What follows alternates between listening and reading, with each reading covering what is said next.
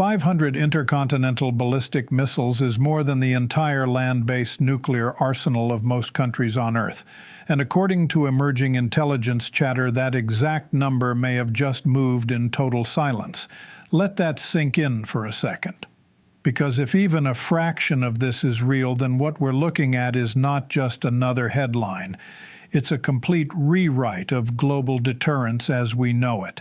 And before we go any further, if you follow geopolitics closely and you want analysis that cuts through the noise, make sure you're subscribed, because stories like this don't come with warning labels.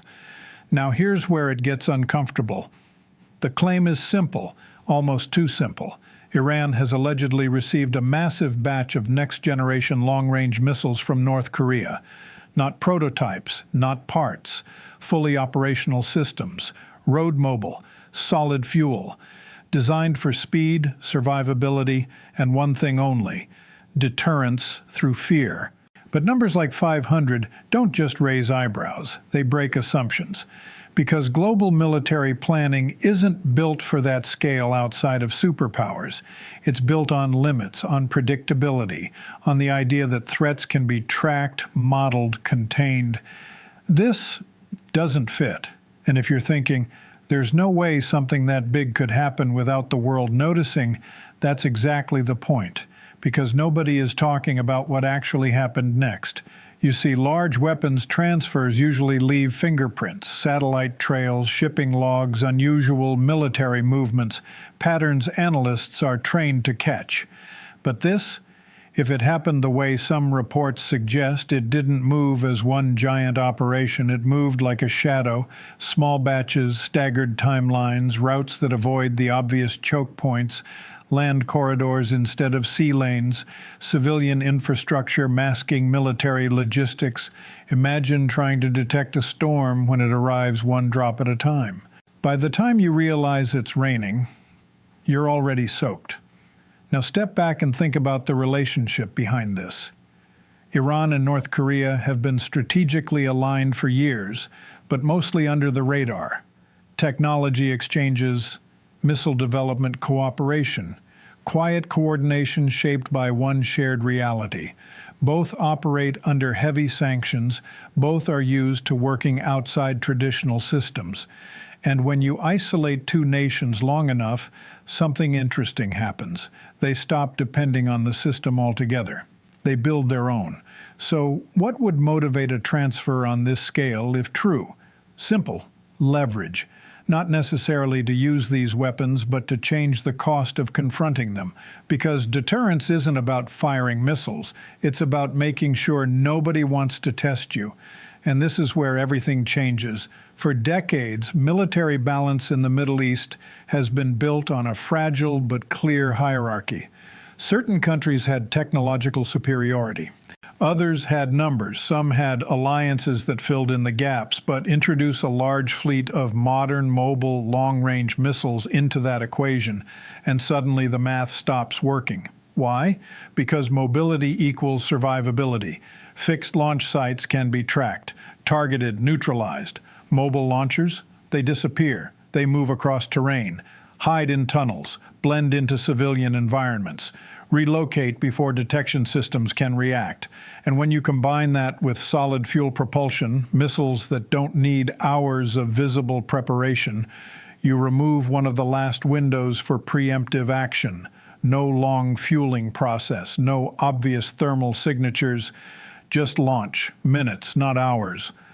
That's the difference between we might stop it and we didn't even see it coming.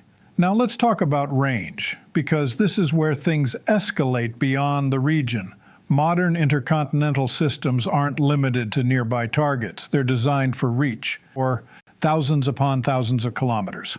From a strategic standpoint, that means a single launch position can cover multiple continents. Think about that.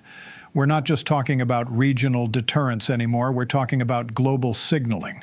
A message that says, distance is no longer protection. And if you're wondering whether missile defense systems can handle something like this, here's the uncomfortable truth.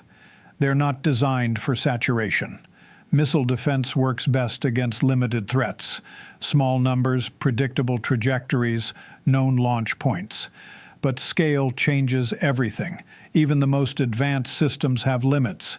Interceptors are expensive, finite, and each incoming missile may require multiple intercept attempts to guarantee success.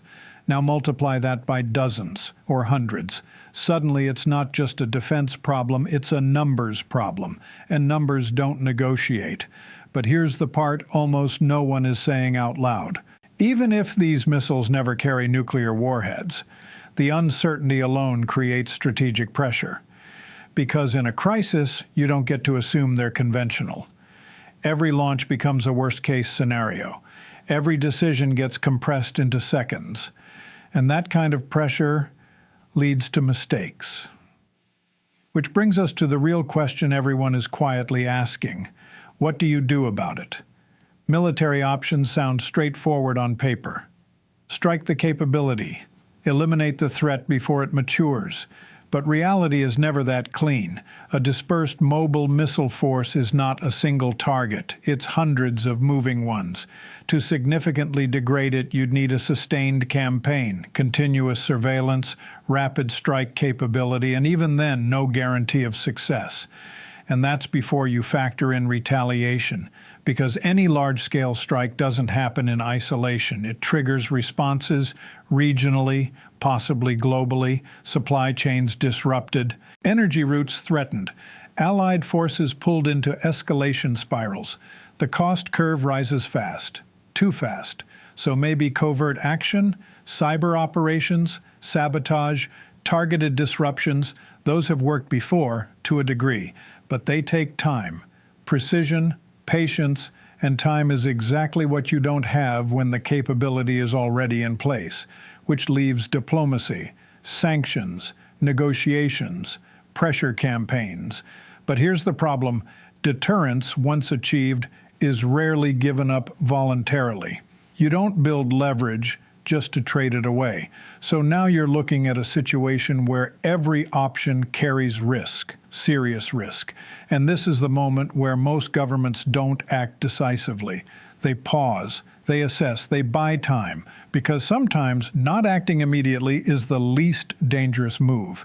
But here's where it gets even more complicated, because deterrence is a two-way street. If one side believes it has gained a significant advantage, the other side has to respond, not necessarily with force, but with positioning. Readiness levels change, surveillance increases, forces reposition, signals get sent quietly and publicly, and each signal is interpreted sometimes correctly, sometimes not. This is how tensions build, not in one dramatic moment, but in layers, small adjustments stacking into something much bigger. And right now, we may be watching one of those layers forming in real time. But there's one detail that shifts this from serious to potentially historic: guidance systems. Modern long-range missiles don't rely on a single navigation method. They use layered systems, internal guidance, external references, sometimes even celestial navigation, which means they're harder to disrupt. Jamming signals, less effective, spoofing attempts, limited impact.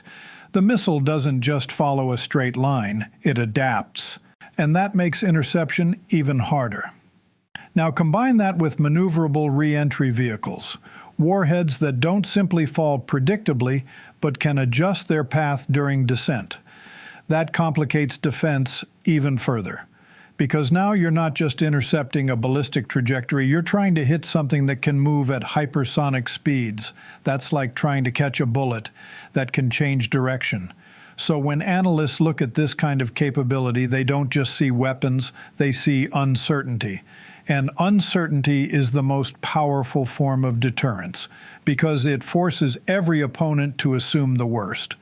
But here's the twist nobody saw coming. This isn't just about Iran or North Korea, it's about what happens when sanctioned states stop playing by predictable rules, when they innovate under pressure, when they cooperate in ways that bypass traditional monitoring systems. That creates a new kind of challenge, one that isn't easily countered by existing strategies, because those strategies were built for a different world, a world where major military shifts were visible, trackable, interruptible. This new model, it's quieter, more fragmented, harder to detect until it's already in place, and by then your options shrink fast. So where does that leave us? In a position where perception matters as much as reality. Because even if the full scale of this claim is debated, the possibility alone is enough to influence decisions. Military planners don't wait for perfect confirmation. They plan for worst-case scenarios, which means resources get allocated, strategies get adjusted, alliances get tested, all based on what might be true, and that's how power shifts, sometimes without a single shot fired. Now, I want to hear your take on this, because this is where it gets interesting. If a country suddenly gains a massive deterrent capability, do you confront it early or adapt and avoid escalation? Drop your answer below, because this debate is exactly what policymakers are struggling with right now. And as we close this, remember this one thing. History doesn't always announce its turning points. Sometimes it whispers them. And by the time the world finally hears it, the balance has already changed.